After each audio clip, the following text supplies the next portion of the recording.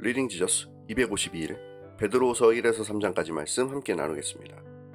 1장 그리스도를 닮아가는 신작. 하나님은 사람에게 구원을 베푸시기 위하여 하나님의 신기한 능력을 나타내시고 하나님의 영광과 더불어 신자를 부르셨습니다. 계속해서 하나님은 신자에게 보배롭고 지극히 큰 약속을 허락하셨는데 이것은 신자로 하여금 신성한 성품에 참여하도록 하는 것이었습니다.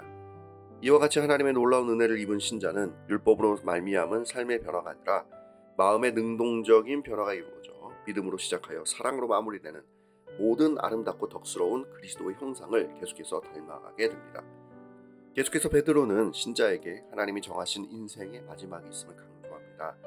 마지막을 준비하기 위해서 다른 거짓 가르침에 귀 기울이지 말고 사도를 통해 보여지고 주어진 주님의 말씀을 붙들고 경건하게 살아가야 합니다. 2장 망할 길로 달려가는 거짓 교사. 과거로부터 지금까지 거짓 선지자들은 끊임없이 일어나 진리를 왜곡하고 사람들을 미혹했습니다. 베드로 당시에도 거짓 교사들이 일어나 복음의 진리를 왜곡해서 사람들로 하여금 예수 그리스도로부터 멀어지게 만들었습니다. 게다가 이들은 진리를 왜곡하고 사람들을 미혹하여 결국 자신의 주머니를 채우는 자들이었습니다. 이들은 예수 그리스도로 말미암은 생명이 아니라 멸망할 마귀의 성품을 가지고 있는 자들입니다. 이들의 모든 행동은 하나님의 신성한 성품에 반하는 것들입니다. 이들은 거만하고 자신이 모든 악한 유혹을 이겨낼 수 있다고 자만합니다. 또한 짐승같이 행동하고 말하며 부도덕한 삶을 살아가지만 그럼에도 자신은 참된 신자라고 말하며 성찬에 참여하면서 하나님을 능멸합니다. 계속해서 이들은 음란하며 탐욕이 가득한 자들입니다. 이와 같이 거듭난 적이 없음에도 거듭난 자처럼 행동하는 자들은 하나님의 심판을 절대 피할 수 없습니다. 따라서 거짓 교사에게 미혹당해 이들을 따르게 된다면 하나님의 심판을 받을 수밖에 없습니다. 3장 마지막 날 앞에 서 있는 신자. 고난 중의 신자는 약속하신 주님의 날을 기다렸습니다.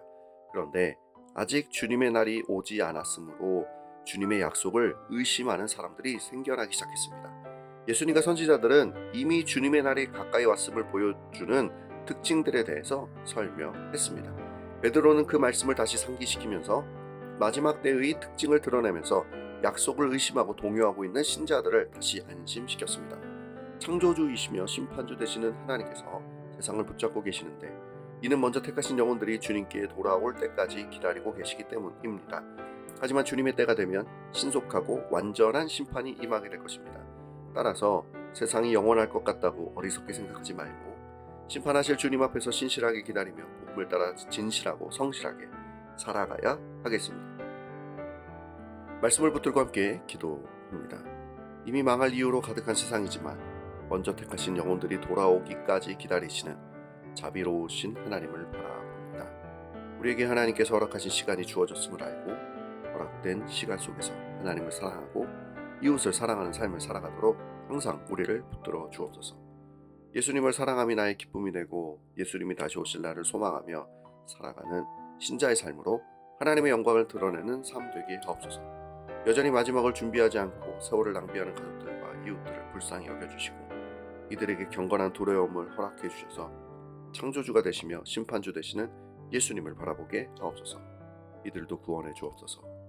예수님의 이름으로 기도합니다. 아멘.